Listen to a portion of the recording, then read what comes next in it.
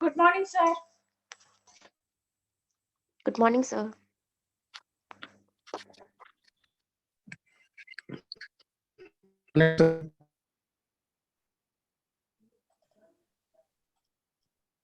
Good morning sir. Quadratic equation के साथ complex number भी रिवाइज करना था क्या?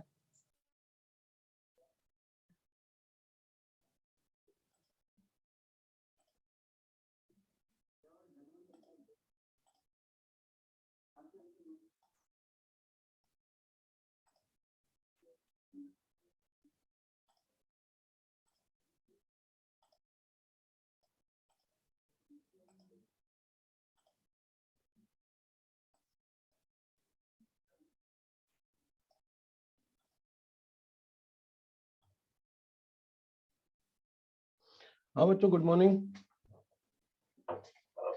हाँ भैया, अब लिख दो तुम्हारे क्या क्वेरीज है भैया, फटाफट टाइप करके लिख दो, है ना, और लॉजिकल होनी चाहिए। क्या पूछ रहे थे?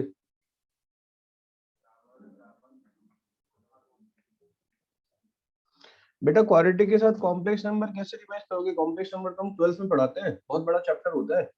एनसीईआरटी का कॉम्प्लेक्स नंबर थोड़ा कह रहे हैं 1 या 2 दिन वाला, हमारे यहाँ कॉम्प्लेक्स नंबर चलता है कम से कम 13-14 दिन, बहुत बड़ा होता है। और वो अभी आप समझ भी नहीं पाओगे जब तक आपको मैथ्स में पूरी कोऑर्डिनेट ज्योमेट्री और ये सब नहीं आता होगा, वेक्टर नहीं आता होगा, ठीक है। केवल क्वाड्रेटिक की बात चल रही है भाई। तो तुम एनसीईआरटी रेफर मत करो भाई, एनसीईआरटी में तो क्वाड्रेटिक एंड कॉम्प्लेक्स नंबर एक चैप्टर दे रखा है और 4 पन्नों में चैप्टर खत्म है ना, वो वाली नहीं। और शाम को क्लास कल हुई थी क्या? हाँ बेटा, शाम वाली क्लास हुई थी? नहीं हुई? आज के लिए बोला है क्या सर ने? कब के लिए बोला है?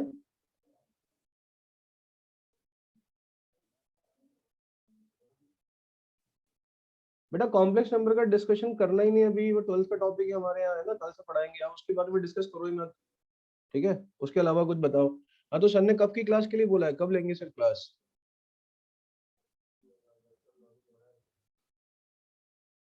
अच्छा ठीक है, चलिए। तो मैं अभी सर से बात कर लूंगा, और सर ठीक है, मैं सर से बात कर लेता हूँ कि कब से वो हो सकता है तबीयत खराब हो या छुट्टी वुट्टी पे हो, ठीक है। तो मैं सर से एक बार बात कर लूंगा, ठीक है। चलिए, तो अब जैसे सर आएंगे आपको ट्रिग्नोमेट्री पढ़ा देंगे वो, ठीक है। कॉनिक सेक्शन हम लोग नहीं पढ़ाएंगे बेटा 12th में, कॉनिक सेक्शन हमारे 11th में पूरा हो चुका है, ठीक है। कॉनिक सेक्शन मतलब पूरी कोऑर्डिनेट ज्योमेट्री 11th में हो चुकी है ना, ठीक है। तो अभी आपको मार्च में जब एक ब्रेक मिलेगा ना, तब आप लोग क्या है ये सब चीजें कर लीजिएगा भैया। देखो मैं 11th के चैप्टर बता देता हूँ, जो जो लोग यहाँ 11th में नहीं थे, हमारे यहाँ क्या क्या पढ़ाया जा चुका है वो एक बार चाहो तो नोट कर लो आप फटाफट फटाफट। बेसिक मैथमेटिक्स, वो तो कोई दिक्कत नहीं है आपको। अब यार नए सवाल पे आ गए यार, एक मिनट रुक जाओ ना, मैं पहले लिखवा दूं, ठीक है। हाँ तो पहले एक तो कितना वो लिख लो भाई, पहला चैप्टर था हमारा बेसिक मैथमेटिक्स को, तो क्या लिखोगे? बेसिक मैथमेटिक्स के बाद लिखो लॉग, क्वाड्रेटिक इक्वेशंस, ये चैप्टर है quadratic equation, sequence series, trigonometric ratio identity, मतलब ट्रिग्नोमेट्री पूरी है ना, ट्रिग्नोमेट्रिक रेशियो आइडेंटिटी और ट्रिग्नोमेट्रिक इक्वेशन भी पढ़ा देते हैं, ठीक है। ये हो चुका है, और सॉल्यूशन ऑफ ट्राइंगल हो चुका है ना, हाइट एंड डिस्टेंस भी हो चुका है उसी में ही, ठीक है। उसके बाद आपका कॉनिक सेक्शन हो चुका है पूरा, कॉनिक सेक्शन मतलब circle, straight line, parabola, ellipse, hyperbola, सारा हो चुका है, क्वाड्रेट खत्म, डिटर्मिनेंट हो चुका है, ठीक है। इसके बाद आते हैं पीएनसी और बाइनोमियल हो चुका है, पीएनसी बाइनोमियल, ठीक है। और 12th में क्या पढ़ाएंगे हम लोग? 12th में पूरा कैलकुलस पढ़ाएंगे, calculus function, ITF, limit, continuity, differentiability, है ना, method of differentiation, integration, indefinite integration, definite integration, और उसके बाद आपका area under the curve, differential equation, ठीक है, ये सब होगा। इसके बाद जो है उसके बाद अगर पढ़ते हैं अपन तो ये मैट्रिक्स पढ़ाएंगे अभी, है ना, मैट्रिक्स होगा। मैट्रिक्स के बाद अच्छा मैं 11th में एक चीज भूल गया था, बाइनोमियल थ्योरम भी हो चुकी थी आपके ना 11th में, बाइनोमियल थ्योरम, ठीक है। हाँ तो भैया मैट्रिक्स जो है ना, मैट्रिक्स पढ़ाएंगे 12th में। मैट्रिक्स के बाद आपको वेक्टर 3D पढ़ाएंगे, ठीक है। मैं लिख रहा हूँ ना बेटा, एक मिनट रुक तो जाओ, आप लोग लिखे क्यों पढ़े हो ना, मैं लिख रहा हूँ, बता रहा हूँ मतलब। वेक्टर 3D पढ़ाएंगे भैया, और कॉम्प्लेक्स नंबर पढ़ाएंगे, प्रोबेबिलिटी पढ़ाएंगे, ठीक है। आगे बस समझ में। और जेई मेन के 2 चैप्टर रहेंगे। अब तो वो एडवांस में आ जाएगा आपके टाइम से, तो अच्छा इस बार तो नहीं है। वो रहेगा अपना, नहीं आपके टाइम से है, अगले साल आप जाओगे। स्टैटिस्टिक्स जो है वो एडवांस में आ गया है, ठीक है। तो स्टैटिस्टिक्स भी 12th में पढ़ाएंगे, और एक जेई मेन में चैप्टर है मैथमेटिकल रीजनिंग, जिससे हर साल एक क्वेश्चन आता है जेई मेन में, वो भी पढ़ाएंगे, ठीक है। तो ये 12th में ये पढ़ाएंगे आपको, ठीक। चलिए पढ़ना स्टार्ट करते हैं अपन। और बाकी वो क्लास है ना, वो शाम वाली क्लास चलेगी अभी तो, ठीक है, ठीक है, शाम वाली क्लास चलेगी, है ना। मैं करता हूँ एक बार सर से बात आज।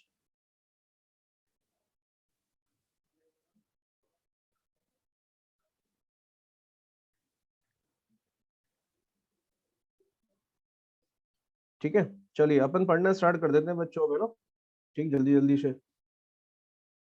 हाँ बेटा, मार्च में पूरा 1 महीने का ब्रेक रहेगा आपके पास, ठीक है। मार्च में पूरा 1 महीने का ब्रेक रहेगा, चिंता ना करें आप।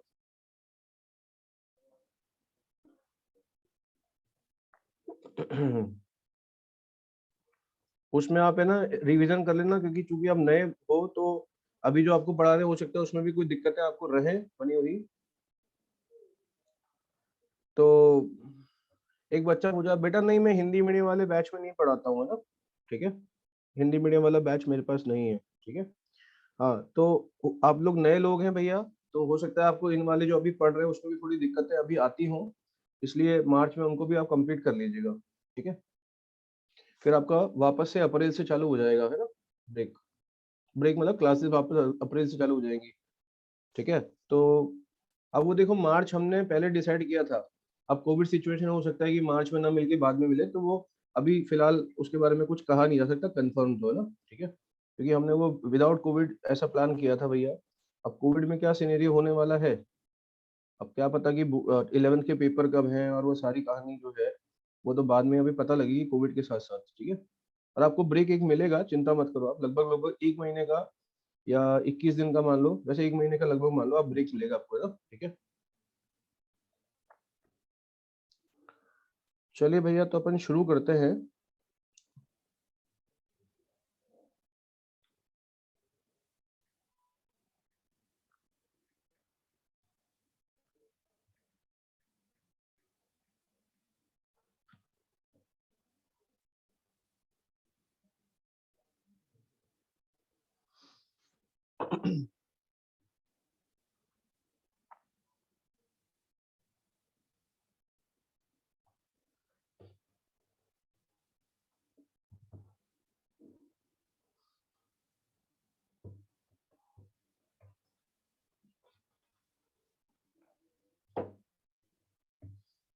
ठीक है, एक बार अपन शीट के डिस्कशन देख लेते हैं, ठीक है। शीट में जो जो आपको होमवर्क दे रखा था उसके डिस्कशन अपन देख लेते हैं एक बार। बेटा स्क्रीन शेयर नहीं हो रही क्या आप लोगों को?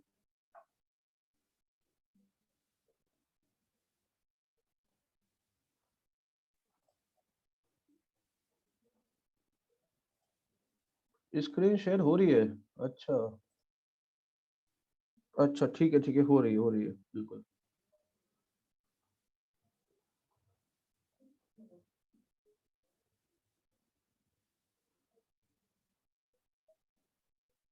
चलिए भैया, अब शुरू करने जा रहे हैं, देखिएगा।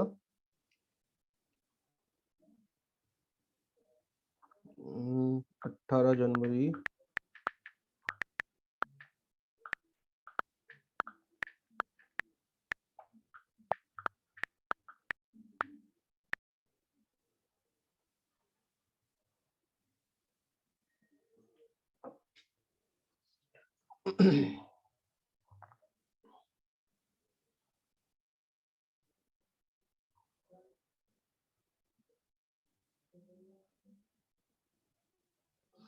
चलिए बच्चों, है ना, अभी आज क्या पढ़ने वाले हैं हम? एक मिनट।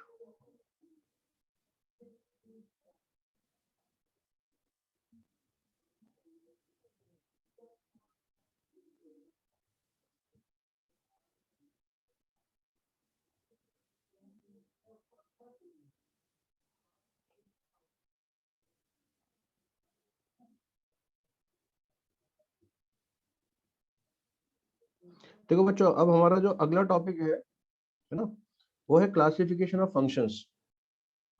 ठीक, तो मैं आपको बता देता हूँ कि भाई वो जो इंक्रीजिंग डिक्रीजिंग का समझाया था मैंने आपको, वो इसीलिए समझाया था, किसी टॉपिक को समझने के लिए, है ना।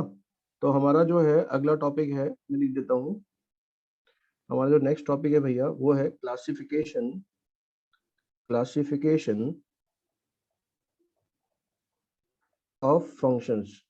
अब बच्चों देखो, फंक्शंस का क्लासिफिकेशन करना है तो एक ध्यान रखिए, समझिएगा कि जब आप ए से बी में फंक्शन डिफाइन करते हो, जब आप ए से बी में फंक्शन डिफाइन करते हो, तो आपके पास ए पर तो एक्सपेरिमेंट करने का कोई चांस होता ही नहीं, क्योंकि फंक्शन डिफाइन होने के लिए ऑलरेडी एक शर्त है कि ए का हर एलिमेंट क्या होना चाहिए, एसोसिएट, और एक ही बार एसोसिएट। ठीक है बेटा, स्क्रीन नजर आ रही है बेटा समर्थ? बाकी बच्चों को दिख रही है स्क्रीन, है ना? ठीक है, आप चेक करो एक बार अपना, देखो। तो बेटा इसमें ए से बी तक जो है वो अगर फंक्शन डिफाइन है तो ए पे तो एक्सपेरिमेंट करने की जरूरत है नहीं, क्योंकि ए पर तो फिक्स कंडीशन है क्या, कि ए से बी में फंक्शन तभी डिफाइन होगा जब ए का हर एलिमेंट एसोसिएटेड हो और एक ही बार एसोसिएट हो। इसका मतलब ए पर तो आप कुछ भी नहीं कर सकते, कंडीशन ऑलरेडी है फंक्शन होने की। लेकिन जब फंक्शन डिफाइन करते हैं तो बी पे कोई कंडीशन नहीं होती है। तो ध्यान रखिए, पूरा क्लासिफिकेशन ऑफ फंक्शन जो है वो सेट बी पर बेस्ड है, ए पर नहीं है। ए पे कोई शर्त नहीं हो सकती, क्योंकि ए पर तो एक प्री डिफाइंड शर्त ऑलरेडी है फंक्शन में, तो आप उसमें कुछ नहीं कर सकते। लेकिन बी पर कोई शर्त नहीं थी फंक्शन डिफाइन करने में, इसलिए बी के बेसिस पे क्लासिफिकेशन होने वाला है। सही है, तो बी के बेसिस पे क्लासिफिकेशन क्या होने वाला है? सबसे पहला जो क्लासिफिकेशन है वो है वन वन फंक्शन। कौन सा? One one function. इसको बच्चों इंजेक्टिव मैपिंग भी कहते हैं। क्या कहते हैं? Injective mapping. सही है, तो ये वन वन फंक्शन क्या चीज है वो समझते हैं भैया। नाम से समझ आ रहा है, वन टू वन। ठीक है, वन टू वन फंक्शन भी बोल सकते हैं आप इसको। एक मिनट रुकना बच्चों, आपकी चैट ही गायब हो गई।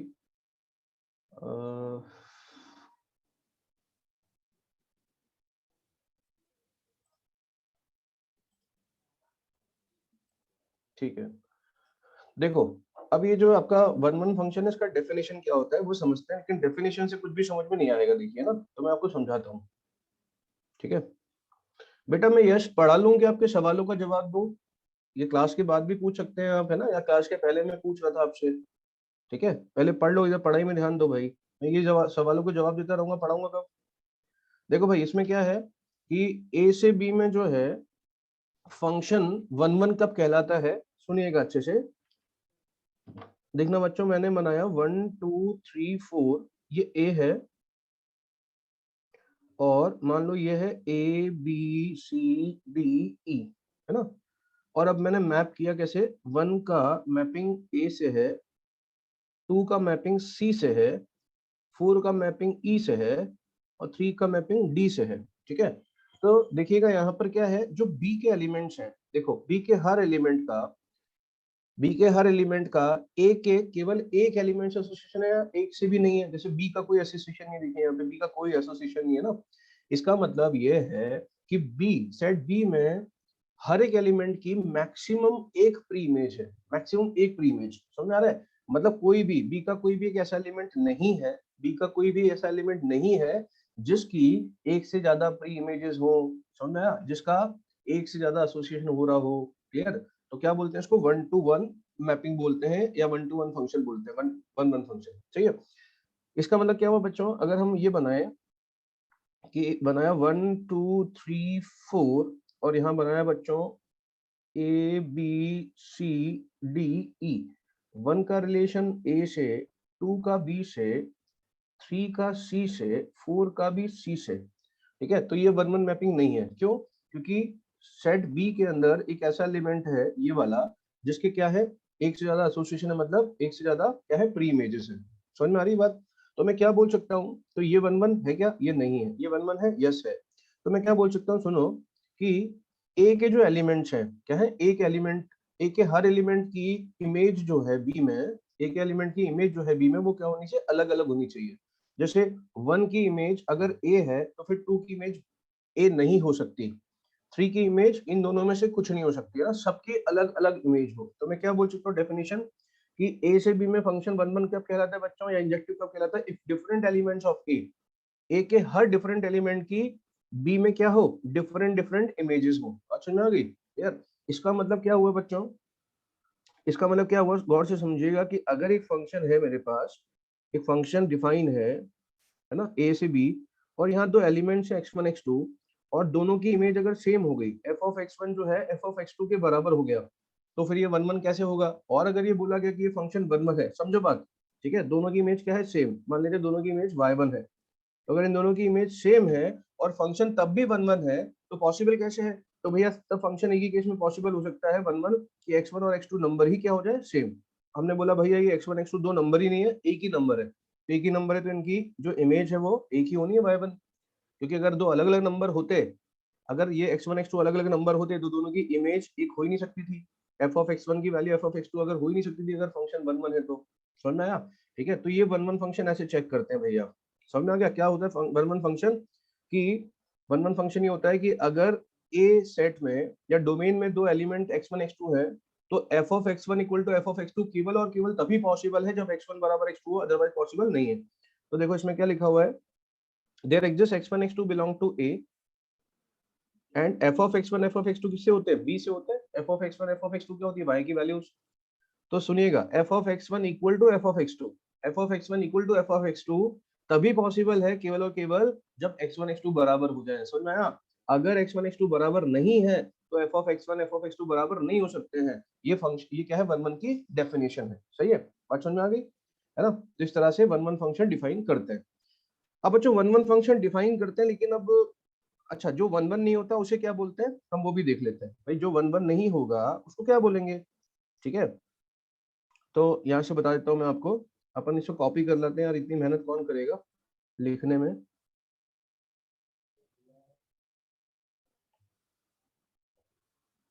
तो बच्चों यहाँ से देखिएगा गौर से, अगले पेज पे चलते हैं।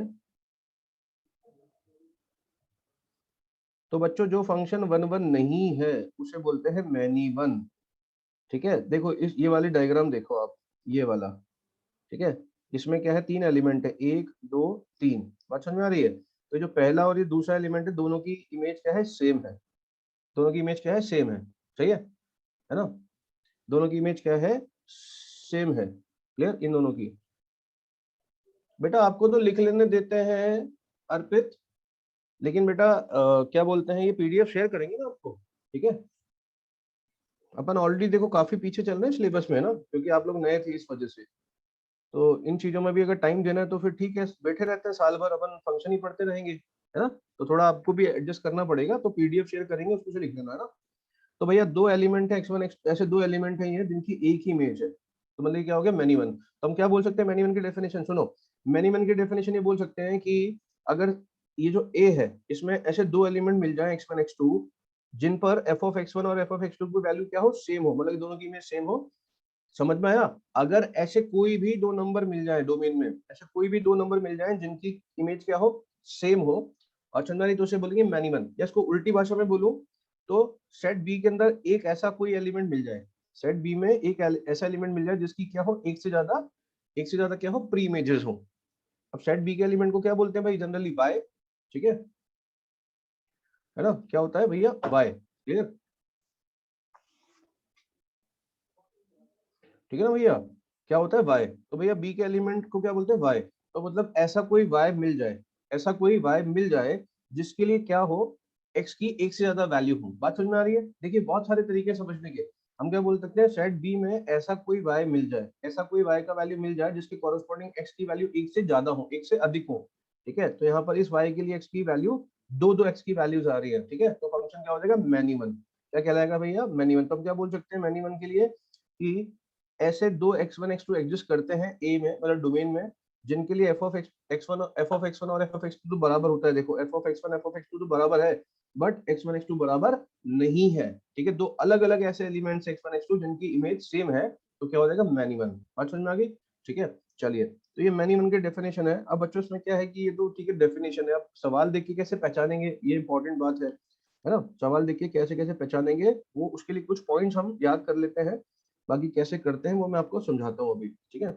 अब भैया एक नोट जो है हमें याद करना है, और इस नोट को हम एक एक करके समझेंगे, एक एक पॉइंट अलग अलग, ठीक है। तो हम इसको कॉपी करके लाते हैं।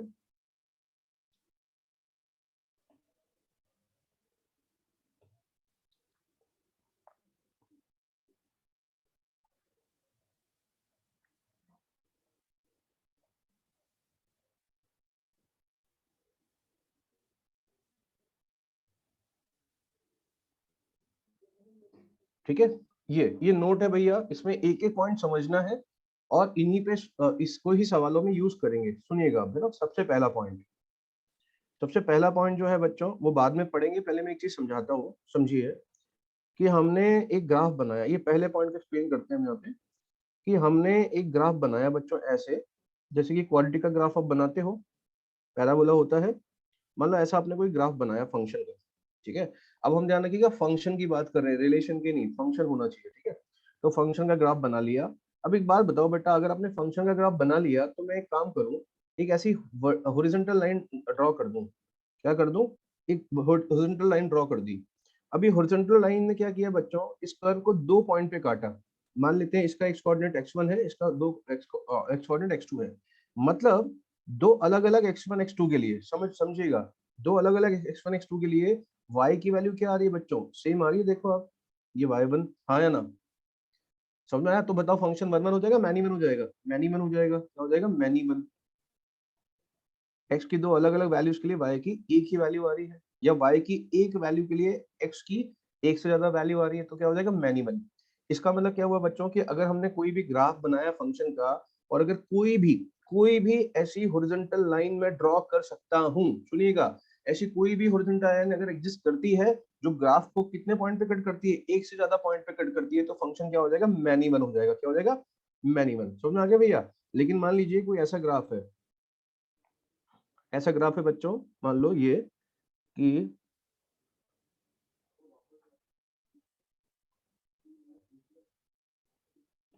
जैसे log x का ग्राफ बना लेते हैं, है ना, ठीक है ये।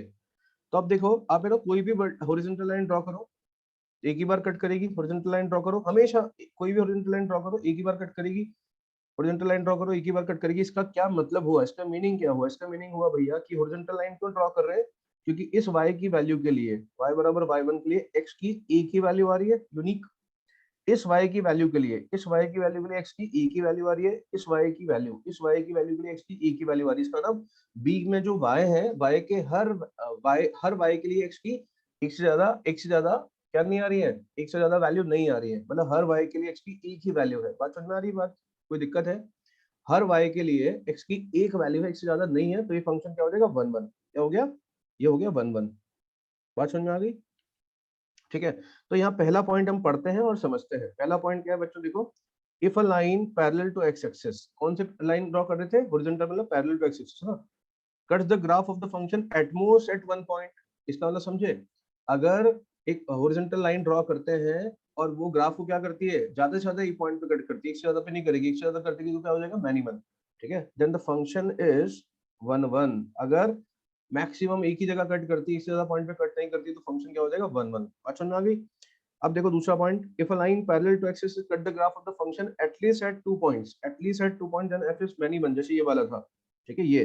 तो हॉरिजॉन्टल लाइन ने क्या किया, दो एक से ज्यादा पॉइंट पे कट किया, एक से ज्यादा पॉइंट मतलब कम से कम दो पॉइंट पे कट किया, तो फंक्शन क्या हो गया, मैनी वन।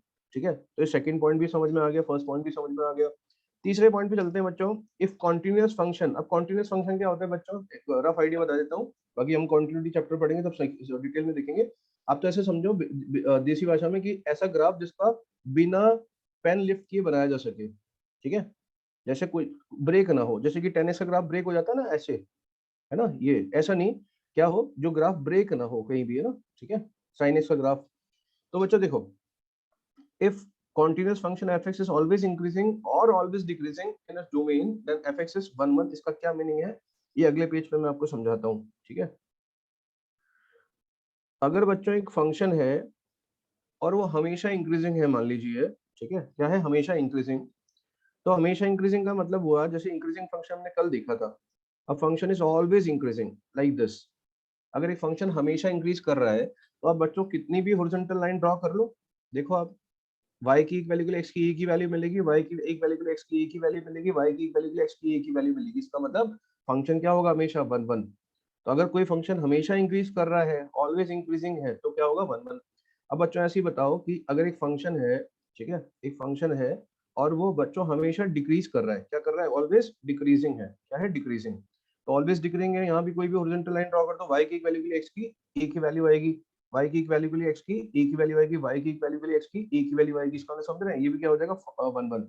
इसका मतलब अगर फंक्शन ऑलवेज इंक्रीजिंग है या ऑलवेज डिक्रीजिंग है तो फंक्शन 1 1 होगा। लेकिन मान लीजिए कोई फंक्शन ऐसा है, ठीक है, कैसा समझिएगा, एक फंक्शन ऐसा है भैया कि यहाँ से यहाँ तक तो डिक्रीज करते हैं फिर इंक्रीज कर जाते हैं, ठीक है, तो इंक्रीज करके डिक्रीज करे या डिक्रीज करके इंक्रीज करे, ऐसे ग्राफ मैनी वन कहलाएंगे। क्या कहलाएंगे? Many one. क्यों? क्योंकि इसमें y की वैल्यू के लिए इसकी एक से ज्यादा वैल्यू आ रही है।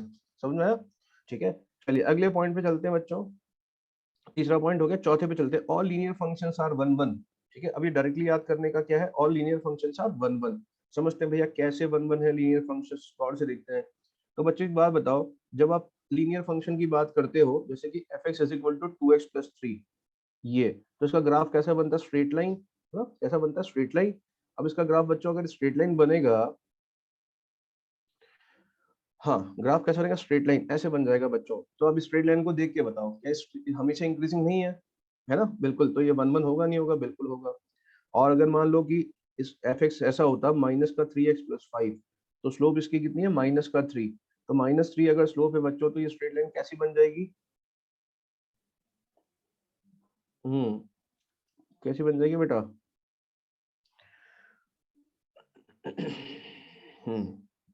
नहीं, पल्ले पड़ा आपके ना, कैसे बनेगी?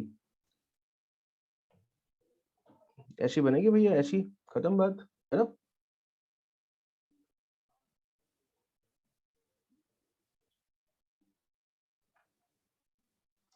बेटा ये कौन सा, क्या चीज है? But it is compulsory that one of the function is always y equal to constant, ये क्या चीज है? y equal to constant one of the function, ये कब मैंने बोला? बेटा क्या बोल रहा हूँ, क्या सुन रहे हो? मतलब है ना, पहले समझ लो ना, अपनी दुनिया से बाहर निकलो पहले तो, है ना? ठीक है, अपनी जो दुनिया जिसमें सोचते रहते हो दिन भर पता नहीं क्या, वो उससे बाहर निकलो। जो बोल रहा हूँ पहले वो समझो, केवल वो समझो और वो सुनो, बाकी सब चीजें आ जाएंगी, कांस्टेंट वांस्टेंट सब आ जाएगा। अभी मैंने ऐसे कोई जिक्र किया ही नहीं, पता नहीं कहाँ से आया। अपनी दुनिया से बाहर निकलो भैया, ठीक है, ख्याली दुनिया से बाहर आओ, पहले जो समझा रहे हो उसे समझो, ठीक है, पहले समझो सीखो, उसके बाद डाउट्स आते हैं ना मन में, बिना पढ़े पहले से ही चीजें आ गई दिमाग में, पहले समझने की कोशिश तो करो। तो ये क्या हो जाएगा भैया? ऑलवेज डिक्रीजिंग है तो क्या हो जाएगा? 1 1। क्या हो जाएगा भैया? 1 1, है ना? तो लीनियर फंक्शन हमेशा क्या होता है? 1 1, ध्यान रखिएगा, ऑल लीनियर फंक्शंस आर 1 1। ठीक है, again come to the other. भैया अपने ना दुनिया से बाहर आ जाओ, पहले सीख लो, है ना? ये दिमाग में विचार तब आते हैं जब इंसान को बहुत सारा आ रहा होता है ना। पहले हम बिल्कुल बेसिक से शुरू कर रहे हैं, तो पहले चीजें समझो, सुनो। अपने मन से पता नहीं कहाँ से क्या कांस्टेंट फंक्शन, मैंने कुछ बोला ही नहीं यार, अभी तक बात ही नहीं की, ठीक है, अपने मन से पता नहीं कहाँ कहाँ चले गए। अभी करते हैं भैया, आ जाएगा, सब आ जाएगा यार, चिंता क्यों करनी है? तो ऑल लीनियर फंक्शंस आर 1 1, और समझ में आ रही है? All linear functions are 1 1। Clear? अब इसमें बच्चों एक चीज समझिएगा, हम लीनियर फंक्शन की बात कर रहे हैं, कांस्टेंट की बात नहीं कर रहे हैं। तो कॉमन सेंस की बात है कि अगर एक फंक्शन मान लीजिए कांस्टेंट है, ठीक है, एक फंक्शन जो है कांस्टेंट है, जैसे कि मान लो एक फंक्शन है y = 5, ये कांस्टेंट फंक्शन है, ठीक है। तो यार अब तो कॉमन सेंस से आप बता ही सकते हो यार, कांस्टेंट का मतलब क्या हो? y की एक वैल्यू के लिए इसकी कितनी वैल्यू आ रही है? इनफाइनाइट वैल्यूज आ रही है ना। इसका वाला अगर आप उसको समझोगे तो ऐसा बनेगा, इसका मैपिंग इधर है 5, इधर ये बहुत सारी वैल्यूज है 1 2 3, बहुत सारी, सबका रिलेशन 5 से ही है। तो क्या हो जाएगा? तो बाय डिफॉल्ट मैनी वन होना ही है, क्या होना है? Many one. आगे बात समझ में? ठीक है, चलिए भैया इस पे आते हैं फटाफट से। अगला, all trigonometric functions in their domain, important चीज है, in their domain are many one. जितने भी ट्रिग्नोमेट्रिक फंक्शंस होते हैं in their domain are many one. तो ये इस लाइन का क्या मतलब है भैया? इसको रटो तो ठीक से रटना, समझ के रटना, मैं दोनों चीजें एक्सप्लेन करता हूँ, है ना? एक्सेप्शनल केस जो है वो भी एक्सप्लेन करता हूँ। जैसे साइन एक्स है भैया, साइन एक्स का डोमेन कितना होता है? साइन एक्स का डोमेन होता है आर, ठीक है, आर। तो अगर पूरे डोमेन आर में ग्राफ बनाऊंगा साइन एक्स का, तो बेटा आपको पता है ये तो यार मैनी वन होने वाला है, क्योंकि y की एक ही वैल्यू बहुत ही बार मिलने वाली है, सही है। ऐसा बन जाए, अरे रुक जाओ यार, कहाँ जा रहा है अभी? ये ठीक है, इतना ही बना देते हैं। अब यार ये तो मैनी वन दिख ही रहा है, क्योंकि कोई भी लाइन ड्रॉ करोगे ना, तो इसका मतलब y की वैल्यू के लिए इसकी बहुत सारी वैल्यू आ रही है, ठीक है। तो ये तो मैनी वन है, किसमें? डोमेन में अपने, ठीक है। cos x tan x सब अपना डोमेन, उनका डोमेन आप जानते हो, उसमें वो मैनी वन होते हैं ऑलवेज, ठीक है। क्या होते हैं? Many one. एक मिनट, मैनी वन हो जाएंगे। लेकिन बच्चों ये तो बोला है इन देयर डोमेन, लेकिन मान लो क्वेश्चन में डोमेन डिफाइन कर दिया जाए, जैसे एक फंक्शन हमने डिफाइन किया f -π/2 से π/2 से r तक, such that fx = sin x। अब किसी ने ऐसे डिफाइन ही कर दिया, तो क्या करोगे उस केस में? उस केस में जब आप ग्राफ बनाओगे, समझो बात को, उस केस में अगर आप ग्राफ बनाओगे तो कहां से कहां तक बनाओगे, केवल -π/2 से π/2, बस इतना सा ग्राफ आएगा आपका, इतना सा। समझ पा रहे हो भैया? उस केस में केवल आपका ग्राफ इतना सा आएगा, बस ये आपका फंक्शन है रेड वाला। ठीक है, तो अगर आपका रेड वाला, क्योंकि डोमेन कितना -π/2 से π/2 है, तो रेड वाला इतना सा ही अगर डोमेन डिफाइन किया है, तो इस गिवन डोमेन के अंदर तो साइन एक्स क्या है, इंक्रीजिंग है, देखो आप, है ना। तो ये क्या हो जाएगा इस केस में, 1 1 हो जाएगा। क्या हो जाएगा, 1 1। तो मैंने जो रटवाया वो क्या रटाया, क्या याद किया आपने कि सारे ट्रिग्नोमेट्रिक फंक्शन उनके डोमेन में मैनीमन होते हैं, लेकिन अगर आपने डोमेन अलग से डिफाइन कर दिया तो फिर आपको चेक करना पड़ेगा 1 1 है या मैनीमन है। सही है, यहाँ पे और समझते हैं आगे, और समझिएगा बच्चों। यहाँ पे ये अपन ने देख लिया, ये देख लिया, all even degree polynomials of many one, this is very important. All even degree polynomials are many one, all even degree polynomials are many one. ठीक है, इसका क्या मतलब होता है कि जो इवन डिग्री पॉलिनोमियल आपके पास होते हैं, जो आपके पास क्या होते हैं बच्चों, इवन डिग्री पॉलिनोमियल। ठीक है, जैसे कि इवन डिग्री तो यार आप जानते हो, क्वाड्रेटिक खुद इवन डिग्री होता है। जैसे क्वाड्रेटिक में कोई सा भी इवन डिग्री ये ले लो, कोई भी जनरल क्वाड्रेटिक, जिसका ग्राफ आप जानते हो कैसा बनता है, पैराबोला। और पैराबोला अगर बना तो क्या किया, डिक्रीज करके इंक्रीज किया। क्या किया, डिक्रीज करके इंक्रीज, है ना। क्या किया, डिक्रीज करके इंक्रीज। तो डिक्रीज करके इंक्रीज करेगा तो क्या बनेगा, मैनीमन। तो बच्चों जितने भी इवन डिग्री पोलिनोमियल होते हैं, जैसे कि 4 डिग्री का पोलिनोमियल की अगर आप बात करेंगे, 4 डिग्री पोलिनोमियल, ठीक है, तो 4 डिग्री पोलिनोमियल हो चाहे 6 डिग्री पोलिनोमियल, हमेशा ये मैनीमन होंगे, ध्यान रखिएगा, दे आर ऑलवेज मैनीमन। इनका ग्राफ हमेशा ऐसा बनता है कुछ, ठीक है ना, तो ये मैनीमन होंगे। चलिए, लेकिन अब इससे ना मन में कुछ मत बिठा लेना अपने हिसाब से, है ना, क्योंकि तुम पता नहीं क्या क्या सोच लेते हो। हमने केवल कमेंट किस पे किया है, इवन डिग्री पोलिनोमियल पे। और डिग्री पोलिनोमियल पे कोई कमेंट मैंने नहीं किया है, क्यों, क्योंकि और डिग्री पोलिनोमियल जो हो सकते हैं वो क्या हो सकते हैं, और डिग्री पोलिनोमियल, और डिग्री पोलिनोमियल क्या हो सकते हैं भैया, कुछ भी हो सकते हैं। और डिग्री पोलिनोमियल्स, एक मिनट यार, क्योंकि आधी चीजें आपको बताते हैं, आधी आप खुद अज्यूम कर लेते हो ना, ठीक है, तो अज्यूम नहीं करनी है। और डिग्री पोलिनोमियल्स, और डिग्री पोलिनोमियल्स क्या हो सकते हैं भैया, कुछ भी हो सकते हैं ना, मे बी 1 1 और मैनी 1। ठीक है, मतलब we have to check them. अभी कैसे चेक करते हैं वो देखेंगे ना। ठीक है, जैसे कि लीनियर जो था, लीनियर वो भी 1 डिग्री पॉलिनोमियल है, 1 डिग्री ना, और डिग्री पॉलिनोमियल वो 1 1 था। ऐसे बहुत सारे आएंगे जो 1 1 नहीं भी होंगे, तो और डिग्री को चेक करना पड़ता है, इवन डिग्री को चेक नहीं करना, बाय डिफॉल्ट क्या है, मैनी 1 है। ठीक है, चलिए भैया, अगला पॉइंट भी क्लियर हो गया अपना। Linear by linear with no common factor, this is also important. Linear by linear with no common factor, linear by linear with no common factor, ठीक है, इज 1 1, इज ऑलवेज 1 1। बाय, वो देखते हैं भैया, समझो। कोई भी लीनियर बाय लीनियर है भाई, कॉमन फैक्टर नहीं होना चाहिए लीनियर बाय लीनियर में। जैसे कि x + 1 अपॉन x - 3 ये है, तो ये हमेशा 1 1 होता है। अब क्यों होता है वो समझते हैं, क्यों होता है वो समझते हैं। देखिए, दो तरीके से प्रूव कर सकते हैं हम, ठीक है, एक आपका एनसीईआरटी वाला मेथड, एक अपना आईआईटी वाला मेथड। पहले तो हम आईआईटी वाले मेथड से देखते हैं भैया, कि जो फंक्शन है ये, इसका ना डिफरेंशिएशन करके देखते हैं।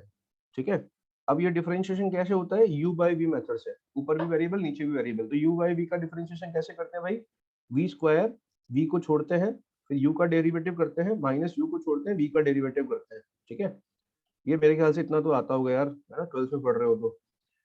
सही है, तो देखो इसका डिफरेंशिएशन करोगे तो कितना आएगा, x - 3 का होल स्क्वायर, और यहाँ पर x - 3, है ना, x - 3 को छोड़ देंगे, x + 1 का करेंगे, कितना आएगा, 1 आएगा।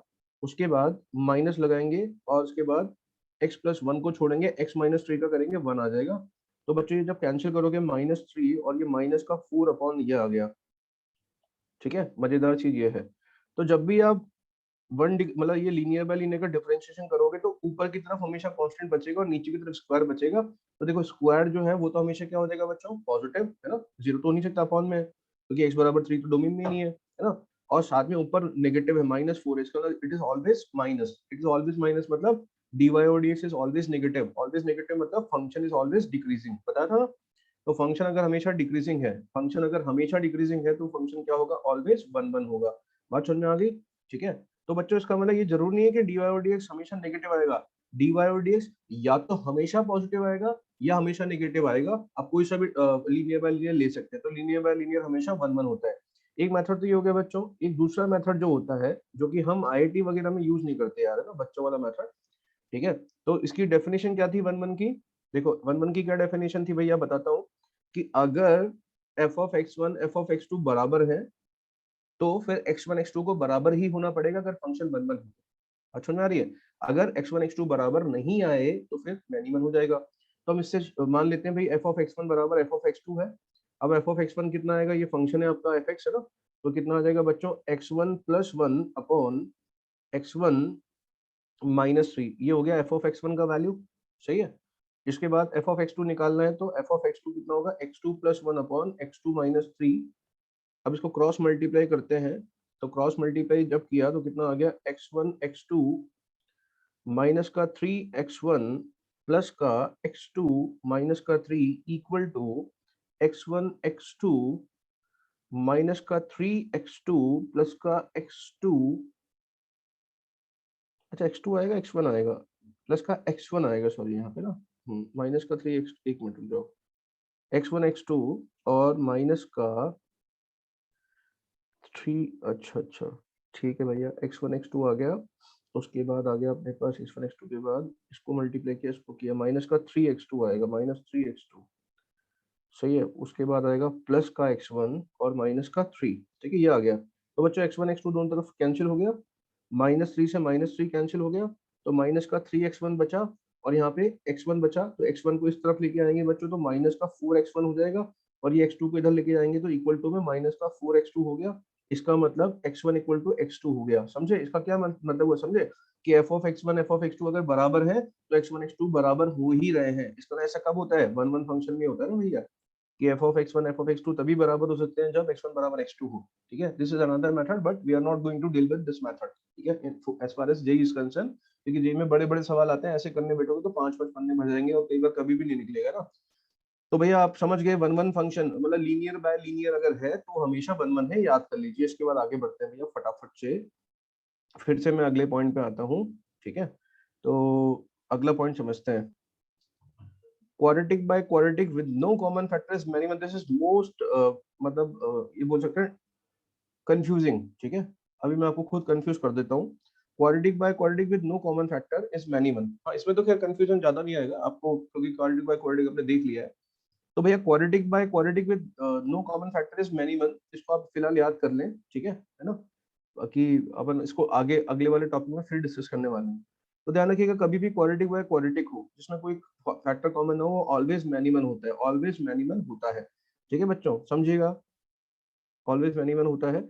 जैसे कि क्वाड्रेटिक लिखी x square minus x plus 1 और नीचे लिखा x square plus x plus 1, ठीक है। ये आपके पास क्वाड्रेटिक बाय क्वाड्रेटिक है, इसमें कोई भी फैक्टर कॉमन नहीं है, तो ये बाय डिफॉल्ट क्या हो जाएगा? मैनिमल हो जाएगा बच्चों, मैनिमल, ठीक है ना। जैसे कि आपने एक और क्वाड्रेटिक लिखी y बराबर एक्स प्लस 3 एक्स प्लस 1, यहाँ x प्लस 2, तो ये भी क्वाड्रेटिक बाय क्वाड्रेटिक, कोई भी फैक्टर कॉमन नहीं है, कोई भी फैक्टर कॉमन नहीं है, तो ये भी क्या हो जाएगा? मैनिमल हो जाएगा। बात समझ में आ रही है?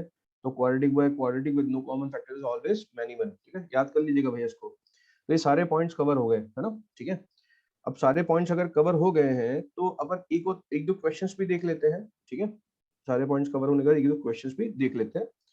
तो बच्चों क्वेश्चंस की बात मैं कर रहा हूँ, सबसे पहले बेसिक से स्टार्ट करते हैं ना, एकदम बेसिक से स्टार्ट करें। तो गौर से देखिएगा, जैसे एकदम बेसिक सवाल दिया है मैंने आपको कि फंक्शन जो है r से r डिफाइंड है such that f(x) is equal to box में बहुत सारे फंक्शन देता हूँ, सच दैट पहला फंक्शन f(x) जो है बेटा, एक मिनट यार, f ऑफ x जो है ना वो बॉक्स ऑफ x है। अब कॉमन सेंस लगा के बताओ जल्दी से, 1 1 है मैनिमल है, बॉक्स ऑफ x अगर आप सबको पता है, लगाओ भाई जल्दी, अक्ल लगाओ, है ना, तुरंत तुरंत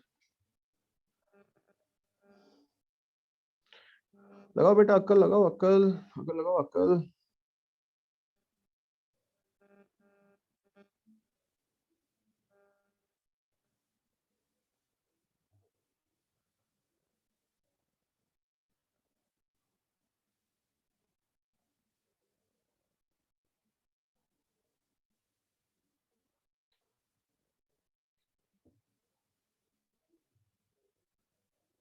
हाँ भैया देखो मैनी वन यार कॉमन सेंस की बात है, इसका ग्राफ बनाते हो ऐसे बनाते हो ना, यहाँ से यहाँ फिर यहाँ से यहाँ, तो कोई भी बता सकता है यार, बच्चा भी बता सकता है कि जैसे y की वैल्यू के लिए x की कितनी सारी वैल्यूज है, इनफाइनाइट वैल्यूज आ रही है।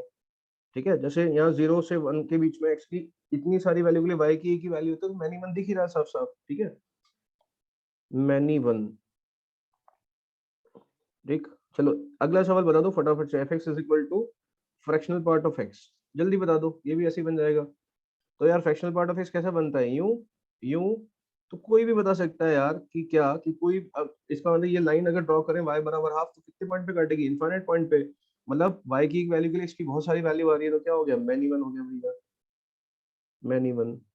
समझ में आ गया, ठीक है। चलो एक छोटा सवाल बता दो, f(x) is equal to e की पावर x, ये बता दो फटाफट से, जल्दी बता दो बेटा। e की पावर x का ग्राफ भी आता है आपको, e की पावर x तो क्या होता है भैया, हमेशा ऐसा बनेगा ना, ये ऑलवेज इंक्रीजिंग है, तो इसका मतलब सोचना ही नहीं है, वन वन है, दैट्स इट। समझ गए। चलिए भैया, तो अब एक आध क्वेश्चंस बताता हूँ मैं आपको बढ़िया बढ़िया से, कि कैसे डिस्कस, मतलब कैसे डील करते हैं क्वेश्चन से। तो देखो बच्चों, इसमें क्या करना है, जैसे सबसे पहले मैं शुरू कर रहा हूँ, ये देखो मैंने एक फंक्शन -1 से 1, -1 से 1 में डिफाइन किया है, और इस तरह से किया है तो कि f(x) बराबर साइन ऑफ 2x, f(x) बराबर कितना, साइन ऑफ 2x। तो सबसे पहले मैं बनाऊंगा साइन ऑफ 2x का ग्राफ, क्योंकि आपको तो साइन x का ग्राफ आता है, और मैंने क्या किया है, साइन में मतलब रेंज में कोई चेंज नहीं किया, मैंने डोमेन में चेंज कर दिया है कि 2x कर दिया, तो कॉमन सेंस लगाना पड़ेगा यहाँ पे। ठीक है, ग्राफ अपने आप बन जाएगा, कॉमन सेंस की जरूरत पड़ेगी, है ना। तो पहले हम साइन 2x का ग्राफ बनाने वाले हैं। तो भाई साइन 2x की मैक्सिमम वैल्यू भी कितनी होगी, 1, मिनिमम कितनी होगी, -1। ठीक है, इसका मतलब बच्चों देखना अच्छे से कि ये ऐसे बनाया, ये ऐसे बनाया, ये ऐसे बनाया, ठीक है, और उसके बाद ये, अरे रे कहाँ जा रहे भैया, ये ऐसे बनाया। ठीक है, ये बच्चों साइन एक्स का ग्राफ बनाया। अब बस हो क्या रहा है, देखो यहाँ पे ना कुछ नहीं हो रहा, ये साइन एक्स की जगह साइन 2x है। अब कॉमन सेंस लगाओ, ये जो है ना, ये साइन, ये मैक्सिमम बनता था 1, किस पे बनता था, 90 पाई/2 पे, लेकिन ये पाई/2 कब बनेगा पता है, x बराबर पाई/4 पे बन जाएगा, किस पे, x बराबर पाई/4 पे। मतलब कुछ चेंज नहीं करना है, ये जो पॉइंट है जहां पर इसका पीक आ रहा है, वो पाई/4 पे आ गया है। अब सोचो जब x कितना होगा, x की वैल्यू पाई/2 होगी, है ना, 90 होगी, तो ये साइन के अंदर का एंगल कितना बन जाएगा, पाई। और साइन पाई कहाँ होता है, ये होता है ना, इसका मतलब ये जो नोड आ रहा है जहाँ पे साइन 0 बनता है, वो अब पाई की जगह पाई/2 पे आ जाएगा। ठीक है, ये कितना होता था, 2 पाई होता था, कितना, ये वाला पॉइंट 2 पाई। और ये 2 पाई कब बन जाएगा बताओ, ये x की वैल्यू पाई पे ही बन जाएगा, जब x की जगह पाई डालोगे तो साइन के अंदर 2 पाई चला जाएगा। समझ में आ रहा है भैया। तो इस तरह से हम बनाएंगे यार, इधर ऐसे ही सोचो, ये कब आता था ये वाला पीक, -पाई/2 पे, लेकिन साइन के अंदर -पाई/2 कब बन जाएगा बताओ, साइन के अंदर -पाई/2 कब बन जाएगा, अरे जब x की वैल्यू कितनी हो जाएगी, कॉमन सेंस भी तो लगाओ यार, ये -पाई/2 कब बनेगा, -पाई/4 पे, इसका मतलब ये पॉइंट -पाई/4 पे आ गया। ये माइनस पाई होता था, ये माइनस पाई कब बनेगा, -पाई/2 पे। तो आपने पता है क्या किया, आपने साइन का ग्राफ बनाया सिंपल, और जो x एक्सिस पे पॉइंट है सबको हाफ कर दिया, क्या कर दिया, सबको हाफ।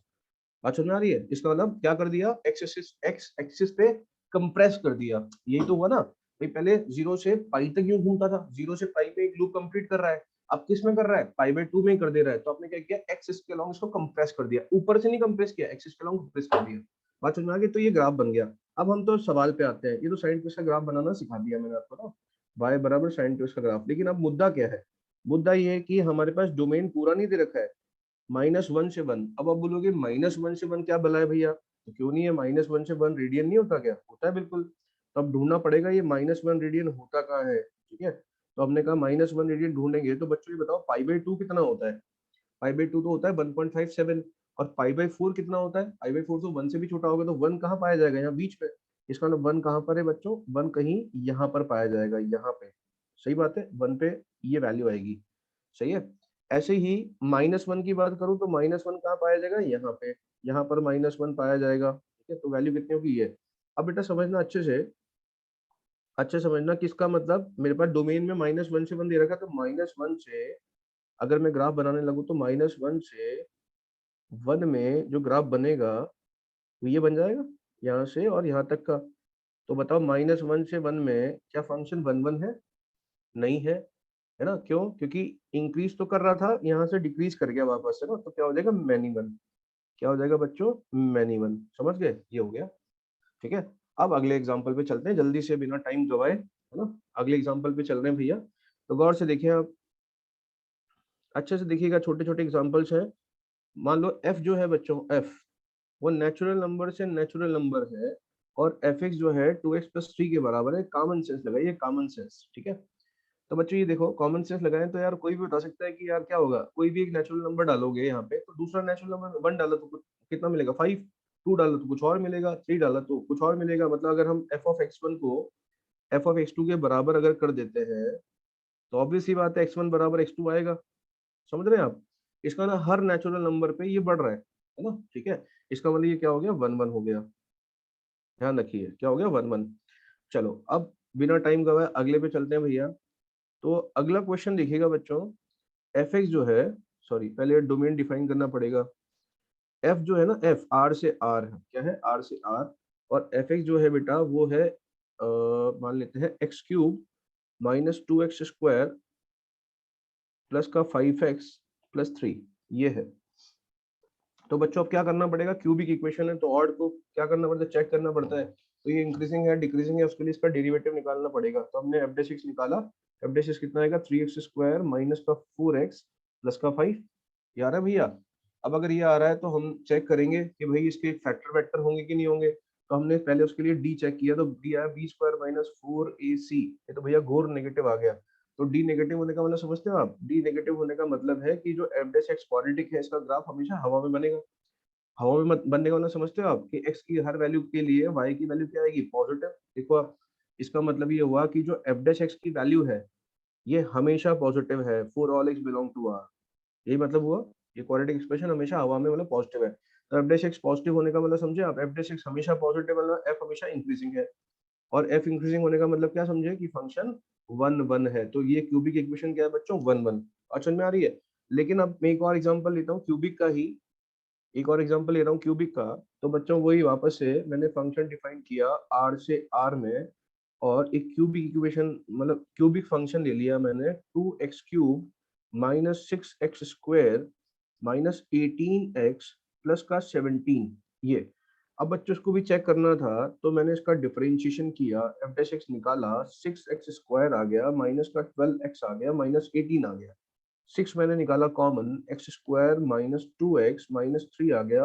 अब बच्चों इसके तो फैक्टर हो जाएंगे, x -3 x+1। बात समझ में आ रही है ना? अब अगर इसके फैक्टर हो गए तो इसका मतलब ये है -1 और ये है 3, this is plus minus plus. ये किसका साइन है? प्लस माइनस प्लस कौन हो रहा है? ये f(x) के f'(x) f'(x). इसका मतलब f'(x) पॉजिटिव हो रहा है यहाँ पे, f'(x) पॉजिटिव, इस इंटरवल में f'(x) नेगेटिव, इस इंटरवल में f'(x) पॉजिटिव। आप समझे? इसका मतलब जिस इंटरवल में f'(x) पॉजिटिव है f(x) क्या है? इंक्रीजिंग। यहाँ f(x) क्या है? डिक्रीजिंग। यहाँ f(x) क्या है? इंक्रीजिंग। तो इसका मतलब f(x) अगर इंक्रीज करके डिक्रीज करके फिर इंक्रीज कर रहा है, तो इंक्रीज करके डिक्रीज करने वाले को क्या बोलते हैं भैया? Many one. तो क्यूबिक क्या हो जाएगी? मैनी वन हो जाएगी। इसका मतलब देखो, क्यूबिक पहले वाले एग्जांपल में 1 1 थी, इस वाले एग्जांपल में मैनी वन, इसलिए और डिग्री पॉलिनोमियल कुछ भी हो सकते हैं। ध्यान रखिएगा, बात समझ गए? चलो मैं एक छोटा सा एग्जांपल और देता हूँ आपको। लेट्स से f जो है बच्चों r से r में दे रखा है आपको, और फंक्शन इस कदर है, देखो किस कदर है फंक्शन, f(x) बराबर 4x plus mod of cos x, ये है। अब कॉमन सेंस लगाइएगा भैया। अब यार ये ना पहले तो मॉड ओपन करना पड़ेगा, तभी तो डिफरेंशिएशन होगा। तो यार cos x, अब देखो यार मॉड कैसे ओपन करोगे? cos x तो कभी पॉजिटिव होता है, कभी फिर नेगेटिव हो जाता है, कभी पॉजिटिव, तो cos x पॉजिटिव नेगेटिव चलता रहता है। इसका मतलब f(x) की वैल्यू कभी तो प्लस cos x आएगी, या कभी माइनस cos x आएगी, अलग अलग इंटरवल में। चलने देते हैं। अगर मैं डेरिवेटिव करूंगा तो 4x का डेरिवेटिव आएगा 4, और या प्लस और माइनस cos x दोनों हो सकता है, तो इसका differentiation minus plus sin x दोनों हो सकता है। एक केस में माइनस sin x होगा, एक केस में प्लस sin x होगा। लेकिन बच्चों एक बात बताओ कि यार ये प्लस sin x हो या माइनस sin x हो, लेकिन इसकी बेचारे की दौड़ कहाँ तक है? -1 से 1 है, -1 से 1 तक ही दौड़ सकता है। लेकिन हमेशा इसमें कौन ऐड होगा? 4। तो -1 से 1 तक ये जा सकता है, और हमेशा 4 ऐड करोगे इसका मतलब ये कभी नेगेटिव हो सकता है? नहीं। कैसे होगा सोचो, 4 में +-1 कर भी दोगे तो भी 3 या 3 से बड़ा तो आएगा ना, इसका मतलब ये ऑलवेज पॉजिटिव है। इसका मतलब f' की वैल्यू हमेशा पॉजिटिव आने वाली बच्चों, और f' हमेशा पॉजिटिव है, इसका मतलब f जो है ये एक इंक्रीजिंग फंक्शन है, और f इंक्रीजिंग फंक्शन है तो वो क्या है? 1 1 फंक्शन है। क्या है? 1 1। बात समझ में आ गई? कोई समस्या जीवन में आपको नहीं है, ठीक है। चलिए बच्चों, अब मैं ना अगले वाले क्लासिफिकेशन पे आ रहा हूँ, इसको अपन फिर कंटिन्यू करेंगे ना, ध्यान रखिएगा ये सब चीजें काम आएंगी बार बार। अगला क्लासिफिकेशन जो है दैट इज, मैं चित्र वित्र भी सब बनवा देता हूँ आपके लिए। ये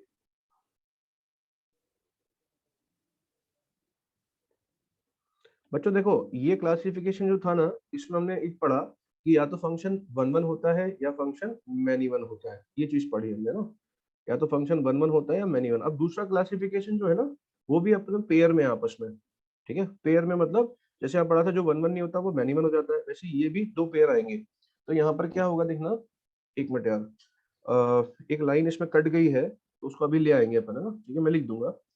तो गौर से देखें, अगला क्लासिफिकेशन क्या है ये समझना भैया, ऑन टू फंक्शन, या इसको सर्जेक्टिव मैपिंग भी बोलते हैं। सर्जेक्टिव, ऑन टू का पहले मतलब समझते हैं। ऑन टू का मतलब होता है ढक लेना, ठीक है, टू कवर समथिंग। तो टू कवर समथिंग का मतलब क्या है हिंदी में समझते हैं सिंपल, कि भैया देखो, एक हमने एक फंक्शन बनाया, ये 1 2 3 4 ऐसे, और ये हमने बनाया ABCDE। 1 का रिलेशन A से था, 2 का B से था, 3 का C से था, और 4 का D से था। और देखो B पे तो कोई कंडीशन होती नहीं फंक्शन में। तो अब ये बताइए, क्या A B को पूरी तरह ढक पाया?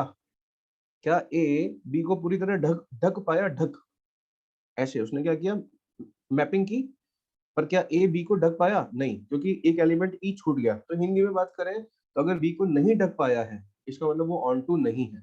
तो क्या मतलब है ढक पाएगा? क्या मतलब वो हिंदी में, कि भैया अगर B का कोई एक ऐसा एलिमेंट छूट जाए, B में ऐसा एलिमेंट मिल जाए जिसका कि A में कोई प्री इमेज ना हो, या ऐसे बोले कि E किसी की इमेज नहीं है, E किसी की भी इमेज नहीं है। बात समझ में आ रही है?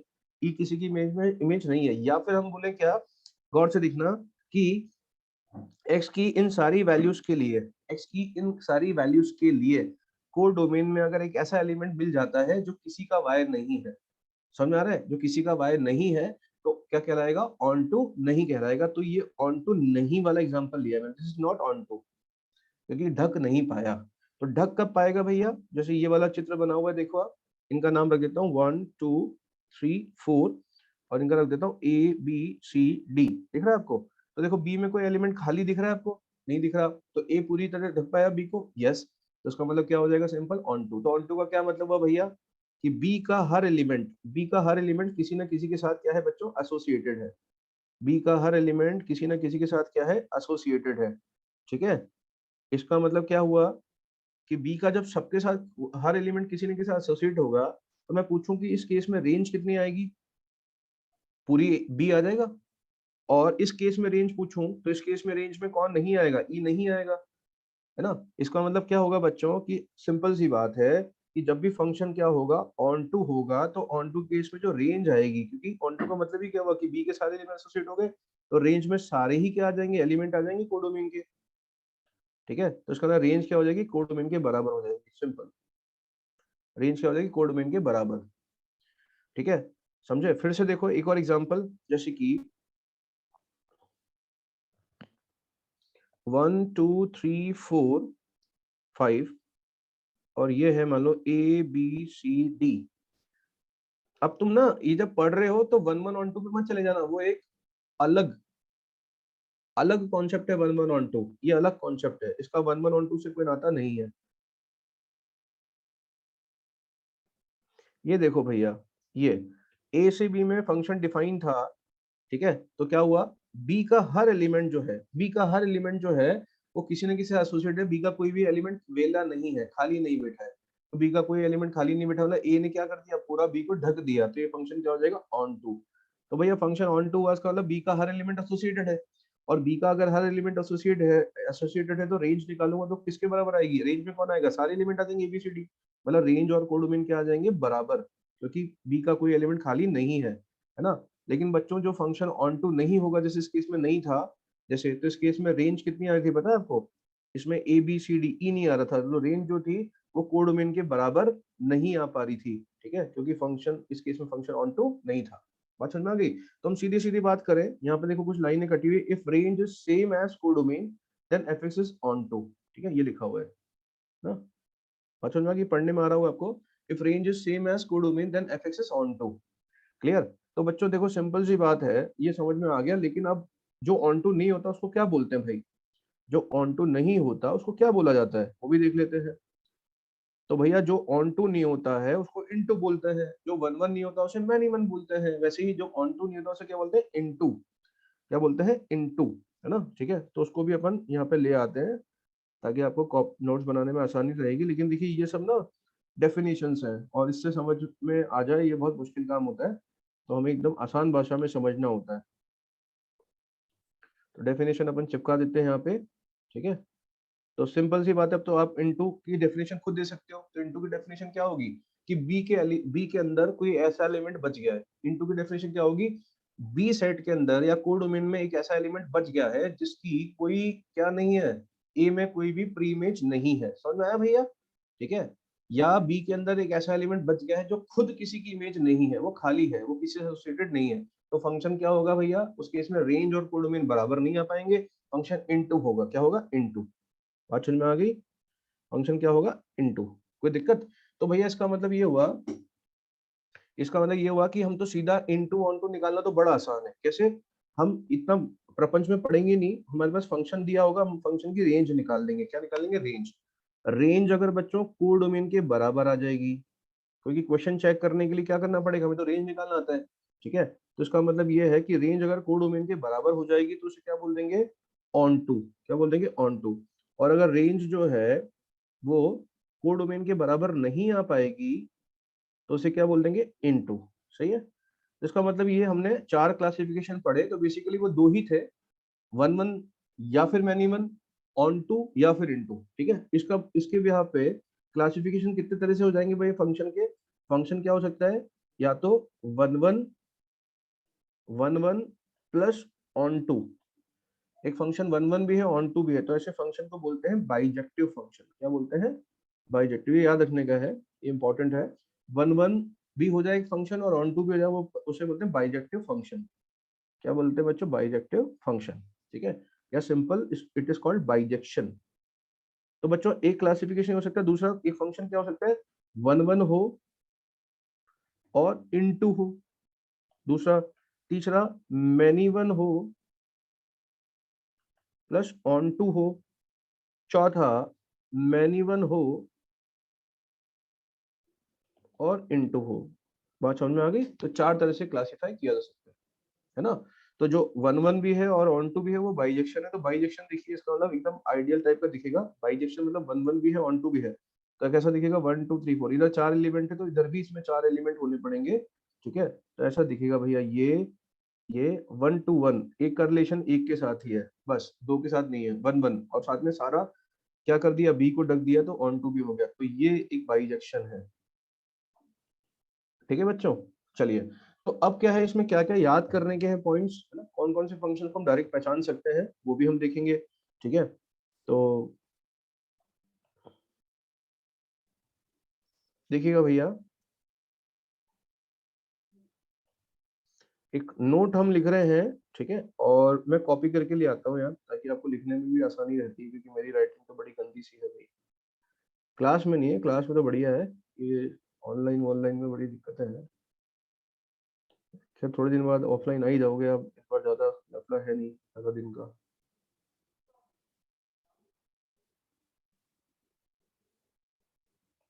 देखो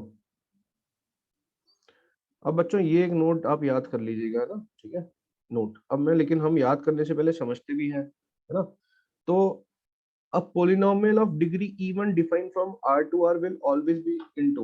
अच्छा मैंने आपको एक नोट लिखवाया था क्या क्लास में?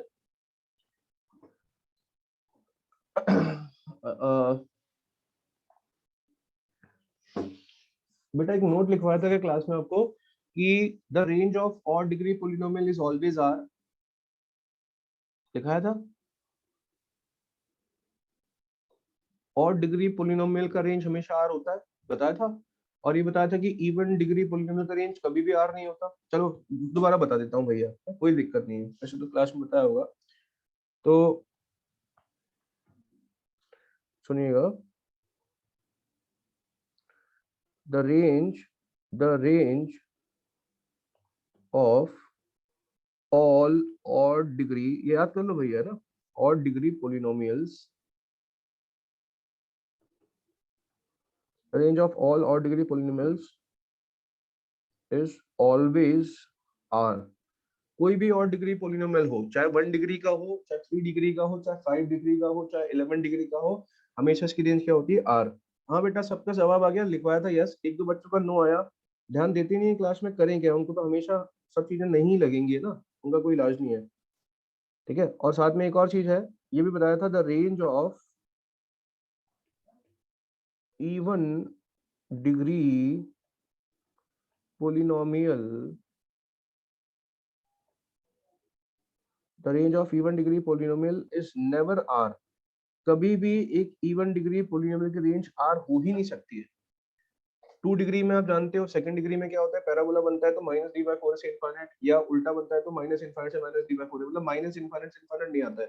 तो इवन डिग्री पोलिनोमियल का रेंज कभी भी आर नहीं हो सकता है। तो उसी बेसिस पे देखो, अब पोलिनोमियल सुनो, अब polynomial of degree even degree polynomial है, समझो, जिसका डोमेन आर दे रखा है और को डोमेन भी आर दे रखा है, क्या होगा, इवन डिग्री पोलिनोमियल है तो इसकी रेंज तो आर आ नहीं सकती कभी, तो रेंज कभी आर आ नहीं सकती। इसका मतलब समझे क्या हुआ, कि कभी भी ऑन टू नहीं हो सकता, इसलिए इट इज ऑलवेज इनटू, ध्यान रखिएगा। लेकिन फिर से मैं बात कर रहा हूँ कि ये तो इसने डोमेन आर दे रखा है, को डोमेन आर दे रखा है, बात समझ आ गई।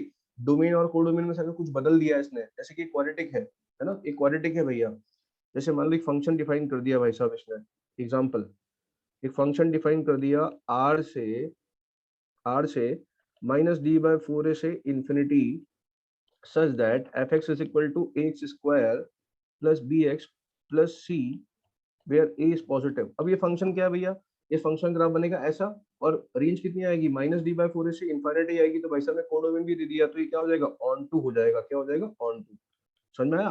तो ऑन टू हो जाएगा, लेकिन यहाँ पर केवल आर से आर के बारे में बात कर रहा हूँ, इनटू होगा, बाकी चीजें भी निकालना पड़ेगा। अगला वाला देखते हैं भैया, a polynomial of degree odd defined from R to R will always be onto, समझिएगा। A polynomial of degree odd, क्या बोल रहा हूँ मैं, odd degree polynomial, odd degree polynomial का रेंज हमेशा आर होता है। और यहाँ चूंकि कोडोमेन आर दे रखा है, कोडोमेन आर है, इसका मतलब कोडोमेन भी आर है और रेंज इसका आर होता ही है, इसलिए ऑन टू हो जाएगा। लेकिन ये स्टैंडर्ड केस में है कब, जब कोडोमेन आर दे रखा है और डोमेन आर दे रखा है, लेकिन अगर किसी ने ट्विस्ट कर दिया कहानी में थोड़ा सा भी ऐसे, उस केस में चेक करना पड़ेगा भैया, वहां कोई थ्योरी काम नहीं करती है ना। Now it is very very important है ना, और बहुत ही कंफ्यूजिंग सा है, इसी की मैं बात कर रहा था पिछले वाले इसमें। quadratic by quadratic defined from r to r is always an into function। अब यार ये कैसे, ये आप खुद सोच के 2 मिनट देखो है ना, इसका क्या मतलब क्या है। क्वाड्रेटिक बाय क्वाड्रेटिक आपको मैंने पढ़ाया, सर ने पढ़ाया, आपने सवाल किया, थोड़ा सा कॉमन सेंस इसमें लगा लो अपना, है ना। क्वाड्रेटिक बाय क्वाड्रेटिक है और आर से आर डिफाइन है, आर से आर डिफाइन है, आर से आर डिफाइन है, is always an into function.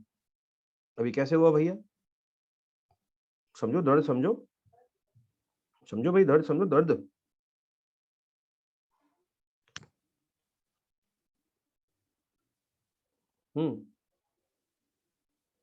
जैसे मैं एक छोटा सा एग्जांपल देता हूं,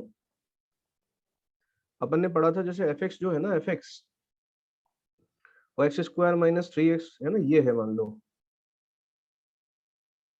ये सही है भैया, ये तो ये तो क्वाड्रेटिक बाय क्वाड्रेटिक है, और इसका तो रेंज निकालना पड़ता है, रेंज क्या करना पड़ता है, निकालना पड़ता है भैया, बात समझ में आ रही है। और उसका रेंज कुछ भी आ सकता है, आपने क्वेश्चन किए होंगे अगर सर ने करवाए हैं, तो जब क्वाड्रेटिक बाय क्वाड्रेटिक का रेंज निकालते हैं तो कुछ भी आ सकता है, 1/3 से 3 आ सकता है, माइनस इनफाइनाइट से इनफाइनाइट भी आया होगा, सही बात है। लेकिन एक इंपॉर्टेंट बात आपसे बोलूं कि ये कहां से कहां डिफाइन किया गया होगा, तो ये r माइनस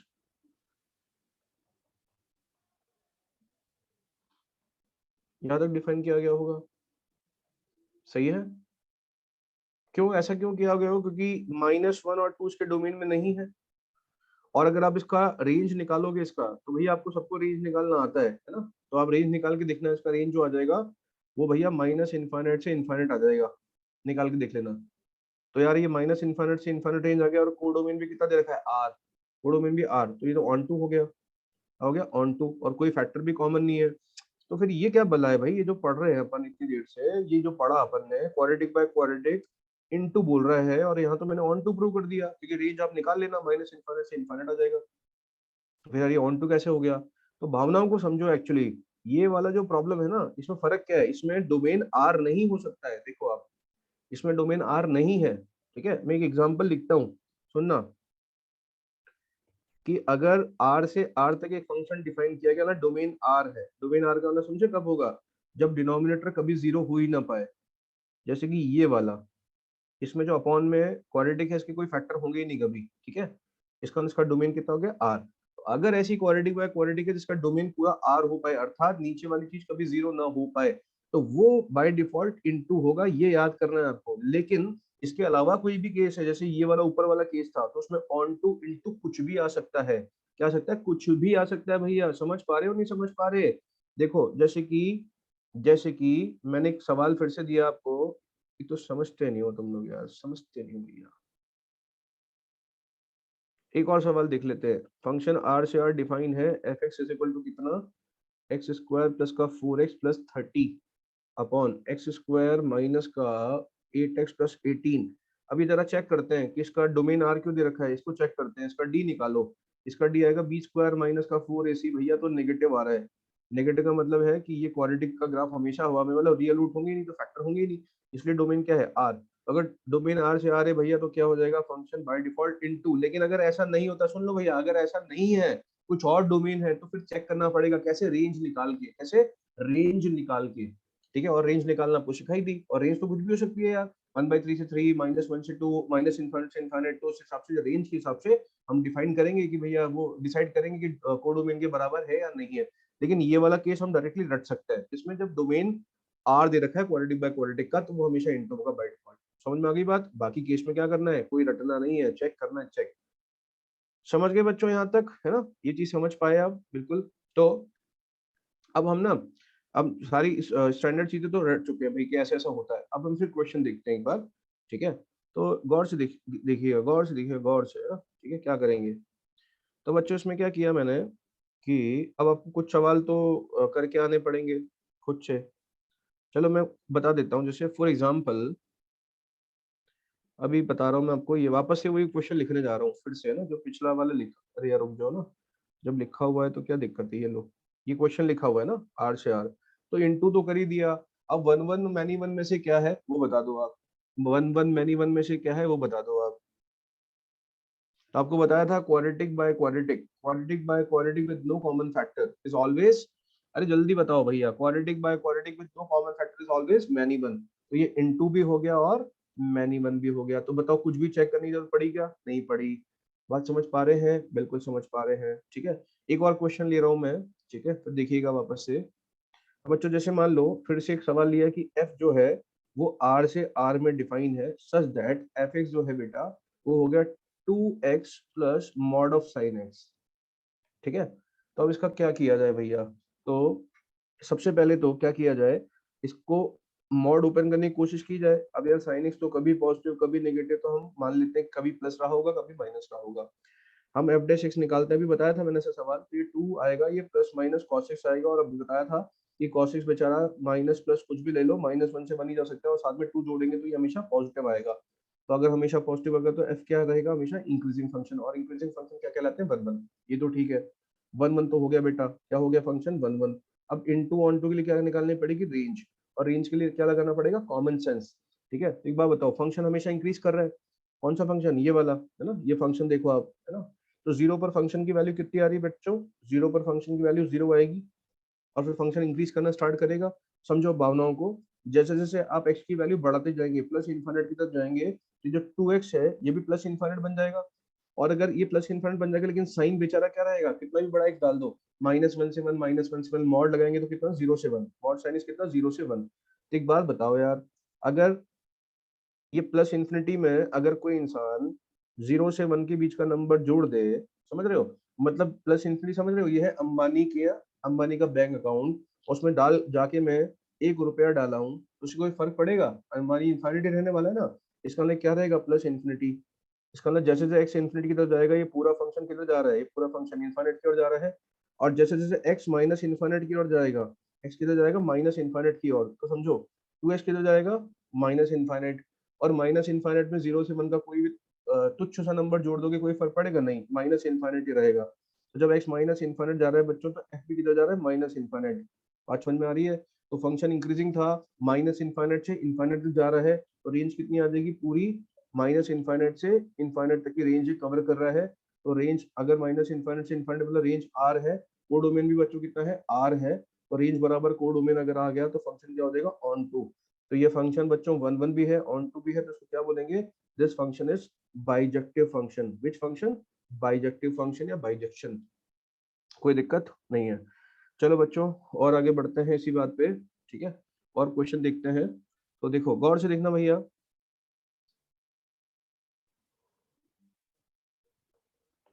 अगला सवाल देखना बेटा जल्दी से। जैसे एक क्वेश्चन लिया मैंने, एफ एक्स इज इक्वल, अच्छा पहले डिफाइन कर लेते हैं। एफ जो है वो आर से आर में डिफाइन है बुन्ना, और एफ एक्स जो है वो है x cube plus x square plus 3x plus sine x. ये सवाल है।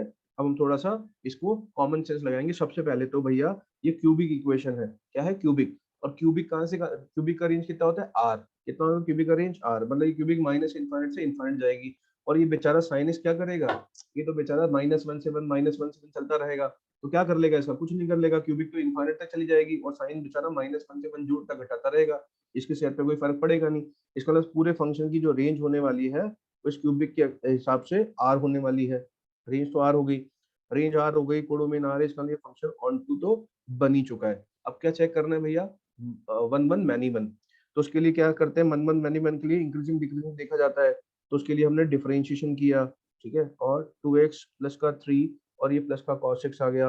अब बहुत दिक्कत हो गई हमें, पता है दिक्कत क्या, कि यार ये में ये cos x जोड़ेगा तो हो सकता है कि भाई cos x तो नेगेटिव भी हो सकता है -1 से 1, तो क्या पता यार ये पूरा मसाला नेगेटिव हो जाए, क्या पता ये पॉजिटिव रहे, कैसे बताएं जब तक इस क्वाड्रेटिक के बारे में कुछ पता नहीं है। तो हम चलते हैं इस क्वाड्रेटिक पे, है ना। इस क्वाड्रेटिक का ग्राफ कैसे बनेगा बच्चों, अपवर्ड बनेगा ऐसा। इस क्वाड्रेटिक का एक मिनिमम वैल्यू रहा होगा, और वो मिनिमम वैल्यू कितना होगा, -d/4 है।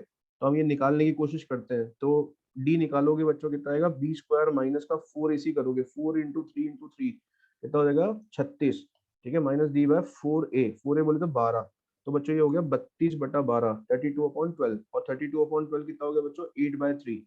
और 8/3 अप्रोक्सीमेट कितना होता है, 2.66।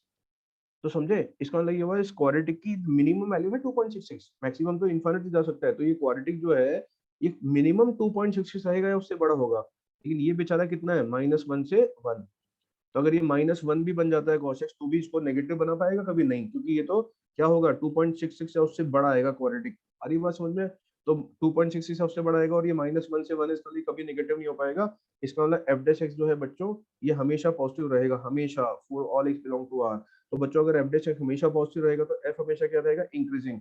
समझे। और अगर बच्चों f हमेशा इंक्रीजिंग रहा, ऑलवेज इंक्रीजिंग अगर रहा f, तो क्या कहलाएगा, 1 1। तो बच्चों ये भी फंक्शन 1 1 भी था, ऑन टू भी था, तो क्या बन गया फंक्शन, बाइजेक्शन या बाइजेक्टिव फंक्शन। बात समझ में आ गई। हाँ भाई बताओ, कोई समस्या जीवन में, बताइए कोई दुख दर्द जीवन में,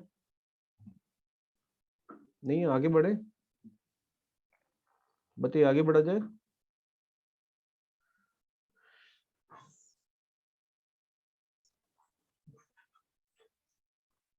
चलिए, तो कोई बात नहीं, अभी जितने मिनट है उतने मिनट अपन इसको यूटिलाइजेशन कर लेते हैं भाई।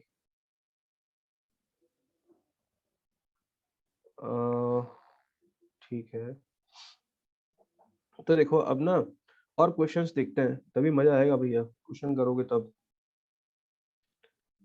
तो क्वेश्चन अगर करें तो एक क्वेश्चन देखते हैं बच्चों ना, ये देखो आप, एक फंक्शन जो है बेटा वो r से r में डिफाइन था, ठीक है। किस तरह से डिफाइन था, कि f(x) की वैल्यू थी 2 raised to the power mod x -2 की पावर -x। ये चेक करना था, है ना। ये क्या करना था, चेक करना था भैया। तो अगर ये,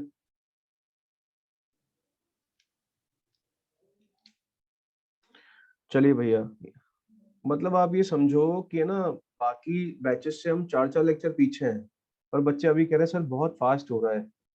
तो बेटा अगर बहुत फास्ट लगता है तो अपन क्या करें, एनसीईआरटी 12 पढ़ाना चालू कर दें, उसमें बहुत धीरे धीरे ही तो पढ़ा है आपने जिंदगी भर, तभी तो आपको इतनी चीजें धीरे वाली भी फास्ट लग रही हैं। बेटा इसका मेरे पास कोई इलाज नहीं है ना, ठीक है।